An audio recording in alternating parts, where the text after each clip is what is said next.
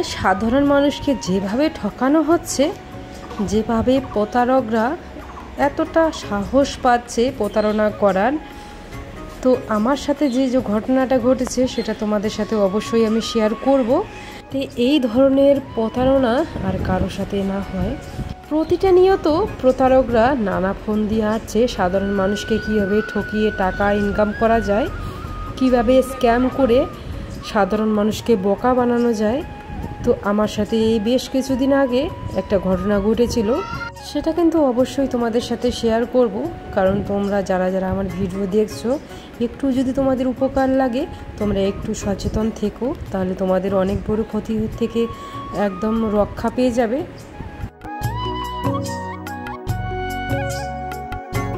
জয় শ্রীকৃষ্ণ, রাধে রাধে, শুভ সকাল সবাইকে। কেমন আছো তোমরা সবাই? আশা করছি ভালো আছো, সুস্থ আছো। আমরাও আছি মোটামুটি ভালোই। অনেক অনেক ভালোবাসা দিয়ে আরও একটা নতুন ভিডিও নিয়ে চলে আসলাম তোমাদের সামনে। শুরু থেকে শেষ পর্যন্ত সাথে থাকার অনুরোধ রইল। আশা করি ভিডিওটা খুবই ভালো লাগবে আর খুবই একটা ইনফরমেটিভ ভিডিও আজকে। আশা করি তোমাদের অনেকটা উপকার হবে, তোমরা একটু হলেও সচেতন হতে পারবে। যাই হোক, সকাল সকাল কিন্তু অনেক কাজকর্ম হয়ে গেছে। আগে একটু কাজের কথা বলে নিই।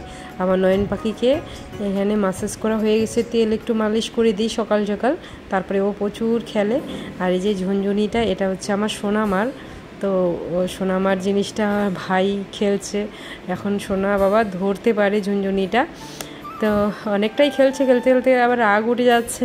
আজকে হলো শনিবার। শনিবারের ভিডিওতে অনেক অনেক ভালোবাসা জানাই সবাইকে। অন্ধবিশ্বাস খুবই কিন্তু একটা খারাপ জিনিস, আর আমরা সাধারণ মানুষরাই কিন্তু মানুষকে বেশি বিশ্বাস করে ফেলি, খুব সহজেই বিশ্বাস করে ফেলি। আর সেটারই কিন্তু সুযোগ নেয় সেই প্রতারকরা। তো এই প্রতারকদের কাছ থেকে বাঁচতে গেলে কি কি আমাদের সচেতন থাকতে হবে, সেটাই তোমাদের কাছে আজকে আমি বলবো আমার এই ভিডিওর মাধ্যমে। ভিডিও রিলেটেড হয়তো যেমন কিছুই বলতে পারবো না, তোমরা দেখে একটু বুঝে নিও। আজকে শনিবার, আজকে হলো নিরামিষ রান্নাবাড়া, যা করব নিরামিষ রান্নাবাড়া করব। তো যাই হোক, আমরা কিন্তু নানাভাবে প্রতারিত হয়ে থাকি। যেমন আধার কার্ডে আমরা আঙ্গুলের ছাপ দিয়ে টাকা উঠাই ব্যাংকের। তো এই সংক্রান্ত বিষয়ে একটা কথা বলবো, যে ধরো অচেনা কোনো কম্পিউটার দোকানে গিয়ে আমরা টাকা ওঠানোর জন্য আঙ্গুলের ছাপ দিলাম, কেউ কিন্তু একবারের বেশি দেবে না যদি সে অপরিচিত হয়। অপরিচিত লোককে কখনোই আধার কার্ডের আঙ্গুলের ছাপ দেওয়া নিষেধ, মানে দেওয়াটা খুবই বোকামি হবে। কারণ একবার থেকে দুবার তুমি যদি দাও, তুমি জানতেও পারবে না যে তোমার অ্যাকাউন্ট থেকে কখন টাকাটা হাওয়া হয়ে গেল। তারপর যেমন আছি এয়ারটেল পেমেন্ট ব্যাংক, এই অফিস থেকেও বলবে যে আমরা অফিস থেকে ফোন করছি, আপনাদের এয়ারটেল পেমেন্ট ব্যাংকের কেওয়াইসি করতে হবে, বা এটা করতে হবে সেটা করতে হবে, আপনাদের আধার কার্ডের ইসে দিন, তারপরে কোনো ওটিপি শেয়ার করুন। কোনো ওটিপি শেয়ার করা যাবে না। আমরা অনেকেই কিন্তু এই ভুলটা করি। তারপর দেখি যে একদম আমাদের ব্যাংকে যত টাকা থাকে সব নিঃস্ব করে দেয় সেই প্রতারকরা। এবার এই যে এয়ারটেল পেমেন্ট ব্যাংক থেকে তো সবসময় এয়ারটেল অফিস থেকে মেসেজ দেয় যে এই সংক্রান্ত বিষয় কিন্তু এয়ারটেল অফিস থেকে কোনো কেওয়াইসি করতে দেয় না বা ওটিপি শেয়ার করতে দেয় না। তো এসব থেকে মানুষ অনেকটাই সচেতন হয়ে গেছে। এখন প্রতারকরা নতুনভাবে চেষ্টা করছে যে কিভাবে সাধারণ মানুষকে বোকা বানানো যায়, তাদের কথার জালে ফাঁসিয়ে সাধারণ মানুষের কাছ থেকে টাকা আদায় করা যায়। তো অনেক বিষয় রয়েছে। তো আমার সাথে যেটা হয়েছে সেটা তোমাদের সাথে আমি শেয়ার করছি। কিছুদিন আগে নয়ন সোনার জন্য যে আমি দোলনাটা অর্ডার করেছিলাম, সেই দোলনাটা কিছুদিন লেগেছে, 10-12 দিন এরকম লেগেছে ডেলিভারি হতে।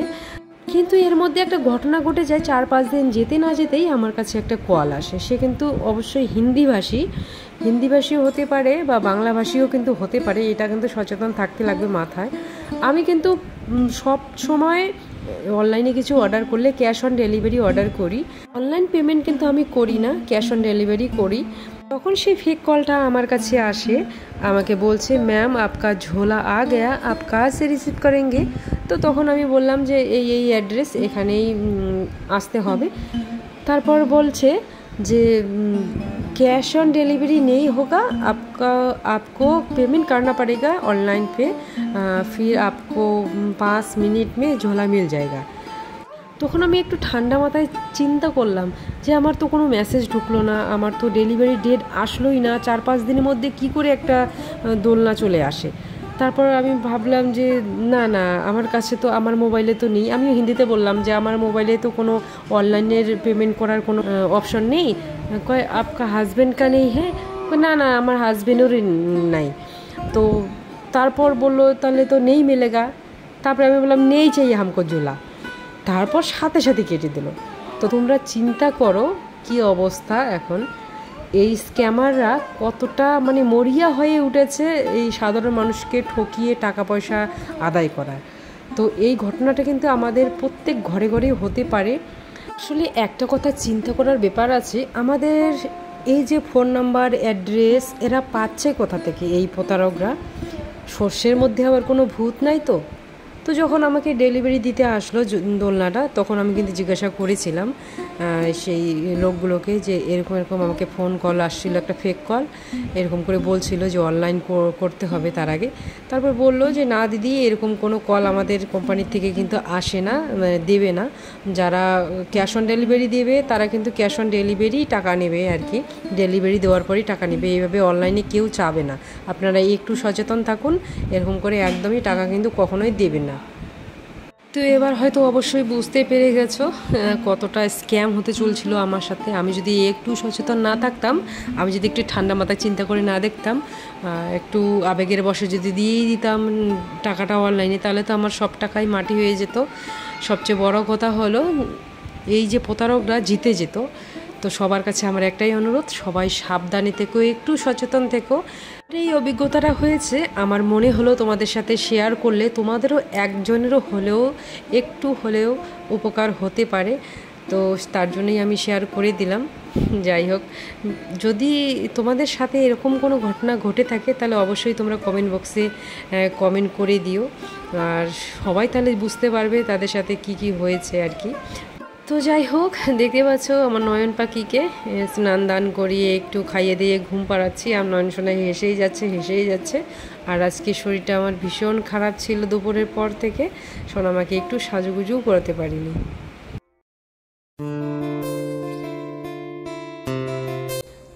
শুভ সন্ধ্যা সবাইকে। দেখতে পাচ্ছ সন্ধ্যা হয়ে গেছে, অনেকক্ষণ পর তোমাদের সামনে আসলাম। আজকে দুপুরের পর রান্নাবাড়া করে এত শরীরটা খারাপ লাগছিল, মানে পেটে ব্যথা শুরু হয়ে গিয়েছিল। শুধুমাত্র কোনো রকমে সোনাদেরকে খাওয়ানো দাওয়ানো যেসব না করলেই নয়। দেখতে পাচ্ছ আমার সোনামাকে আজকে সাজুগুজু করাতে পারিনি। প্রতিদিন তো আমি স্নানের পরই সাজুগুজু করাই, তো আজকে সেটা হয়নি। আজকে প্রচণ্ড শরীর খারাপ ছিল আমার, মানে রান্না করার পরে হঠাৎ করে মানে হাঁটাহাঁটিতে হয়তো এটা হয়েছে। এত পেটটা ব্যথা করতেছিল, না হাঁটতে পারছি না নড়াচড়া করতে পারছি। তো সেভাবেই কাজকর্ম করিনি কোনো, শুধু এই যে এদেরকে খাওয়ানো দাওয়ানো এটাই করতে হয়েছে। সোনামাকে খাইয়েছিল আমার মা, মাকে বলছিলাম মা খুব পেট যন্ত্রণা করছে, মাই খাইয়েছিল সোনামাকে। তারপরে আমি শুধুমাত্র গোডাউনে গিয়ে, নয়ন ছোড়া যখন ঘুমিয়েছিল খাওয়া দাওয়ার পর, গোডাউনে গিয়ে ভিডিওটা এডিট করেছিলাম, ভিডিওটাকে ভয়েস দিয়েছিলাম। তো এত সারাদিনে এত দূর যাওয়ার পর একদমই ইচ্ছে করে না ভিডিও করতে। মামা দাঁড়া একটু সাজুগুজু করে দে, আমার লক্ষ্মীটাকে আমি আজকে সাজুগুজু করাতেই পারিনি, খুব কষ্ট হচ্ছে আমার। সোনামাকে আজকে আমি সাজুগুজু করাতেই পারিনি। তো দেখতেই পাচ্ছ মায়ের শরীর খারাপ হলে কি হয় বাচ্চাদের, ছন্ন ছাড়া অবস্থা। আর আমার মা আজকে ফোঁটাটাও দেয়নি সোনামাকে। মাও আর কত করবে, এই যে আসার পর থেকে, সে চৈত্র মাসে এসেছে, আসার পর থেকে করতেই আছে। তারও তো বয়স হয়েছে তাই না, কত আর করবে, কত আর শরীরে কুলায়। সারাদিন দুজনের কাপড় চোপড় ধোয়া কাচা এসব করতেই থাকে, মেলা কাপড় তোলা ভাঁজ করা এসব মাই করে। তো সেও আর কত করবে, একটা দুটো তো আর কাপড় না। তো যাই হোক, সোনামাকে আমি আজকে সন্ধ্যার সময় সাজিয়ে দিচ্ছি। আমি এই একটু আগে স্নান দান করে ফ্রেশ হয়ে আসলাম। কি বাবা কি, এখানে আছি তো এই যে নয়ন সোনা কিন্তু এদিকে শুয়ে রয়েছে। নয়ন সোনা এই যে খেলছে এখানে, বেশিক্ষণ খেলে না, ওর সাথে সারাক্ষণ কথা বলতেই লাগে।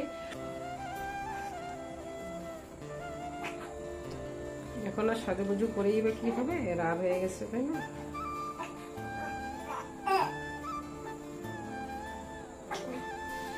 একা একাই খেলছে, কথা না বললে প্রচন্ড রাগ ওঠে আমার নয়ন সোনার।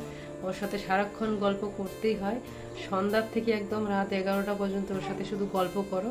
এর মাঝখানে আধা ঘন্টা হোক 20 মিনিট হোক একটু ঘুমাবে, আবার উঠে পড়বে। তবে রাত্রে ঘুমায়, সারা রাতে ঘুমায়, কিন্তু আমার সোনামা জাগনা থাকে। এই যে দুষ্টুটা, এই বড় দুষ্টুটা জাগনা থাকে আমার সোনামাটা। মাম্মা একটু হাসি দিয়ে দাও তো সবাইকে। যাই হোক, দেখতেই পেলে আমার সোনামাকে রাত করে আজকে সাজুগুজু করিয়ে দিলাম। আজকে সময় পাইনি একদমই, শরীরটা ভালো লাগছিল না। আর নয়ন সোনা ওইদিকে কান্নাকাটি শুরু করে দিচ্ছে, তাই ভিডিওটা মিউট করে দিলাম। ভিডিওটা এখন শেষ করব, বেশি আর বড় করব না। আর আমার সোনামাকে তো অনেকেই ভুলে গেছে, সোনামাকে একদম ভালোবাসা দিচ্ছে না। প্লিজ তোমাদের কাছে একটা হাত জোর করে অনুরোধ, একটু দয়া করে একটু সাপোর্ট করো, সোনামাকে একটু ভালোবাসা দিও। তো যাদের কাছে আমি যেতে পারছি না, যাদের ভিডিও দেখতে পাচ্ছি না, তারা কিন্তু আমার ভিডিও আর দেখছে না, আর সোনামাকেও আর মনে রাখেনি হয়তো। তো বাংলাদেশ থেকে সাধারণ ভিউয়ার্স পারুল দিদি ভাই প্রতিনিয়ত কমেন্ট করে সোনামা সোনা বাবা কেমন আছে। তো ওরা এখন মোটামুটি ভালোই আছে। ভাই তুমি কেমন আছো অবশ্যই কমেন্ট করতে ভুলো না, কমেন্ট করে বলো। আর তোমাদের সবাইকে অনেক অনেক ভালোবাসা জানাই, যারা যারা সাধারণ ভিউয়ার্স আমাকে সাপোর্ট করছো এভাবে, আর অনেকটা ভালোবাসা দিচ্ছ। তোমাদের ভালোবাসার জন্যই একটু এগিয়ে যাচ্ছি। এভাবে পাশে থেকে যেও, যাতে আগামী দিনের পথটা আরও একটু সহজ হয়। তো যাই হোক, দেখতে পাচ্ছ আমি গোডাউনে চলে এসেছি, মানে পাশের রুমে। এখানে শুধু ফাঁকা, আর কি কিছু নেই। তো এখানে আমি ভিডিওটা এডিট করি, ভয়েস দেই। আর পাশেই হচ্ছে রাস্তা, অনেক সাউন্ড আসে মাঝে মাঝে, একটু ক্ষমা সুন্দর দৃষ্টিতে দেখে নিও, নাহলে উপায় নেই, আমি পারি না সময় বের করতে। ওই ঘরে তো 2 সোনায় থাকে, সোনা আমার বাবু রয়েছে এখন, আর মার কাছে নয়ন। একটু সময় বের করে এখন আমি ভয়েসটা দিলাম, এখন তোমাদের কাছে দেবো ভিডিওটা। তো যাই হোক, আজকে ভিডিও এখানেই শেষ করব, দেখা হবে পরের কোনো ভিডিওতে। ততক্ষণে তোমরা সবাই ভালো থেকো, সুস্থ থেকো, সাবধানে থেকো। হরে কৃষ্ণ, হরি বল।